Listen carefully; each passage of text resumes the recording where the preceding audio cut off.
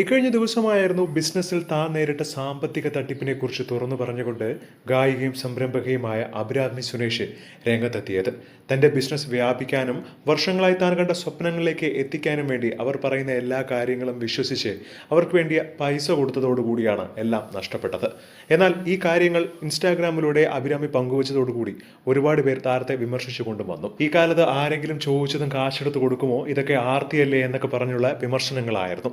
എന്നാൽ ഇപ്പോഴിതാ എന്താണ് യഥാർത്ഥത്തിൽ സംഭവിച്ചത് എന്ന് വ്യക്തമായി പറഞ്ഞുകൊണ്ട് അഭിരാമി രംഗത്ത് വന്നിരിക്കുകയാണ്. ആദ്യം ഇൻസ്റ്റാഗ്രാം വഴിയാണ് ബിസിനസ് പ്രപ്പോസലുമായി അവർ സമീപിച്ചത്.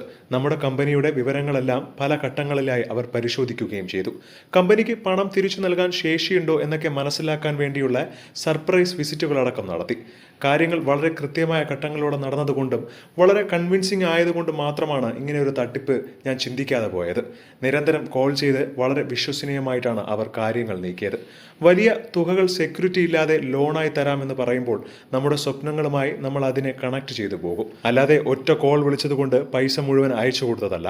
അവസാന ഘട്ടത്തിൽ അങ്ങോട്ട് പ്രോസസ്സിംഗ് ഫീ കൊടുക്കേണ്ടി വന്നത് അറിഞ്ഞപ്പോഴാണ് താൻ ചെറിയൊരു സംശയത്തിന് ഇടയായത്. കഷ്ടപ്പെട്ടുണ്ടാക്കിയ പണം വെറുതെ പോകുമ്പോൾ ആർക്കായാലും സങ്കടമുണ്ടാവും. അതുകൊണ്ടാണ് ഇക്കാര്യങ്ങൾ പങ്കുവച്ചത്.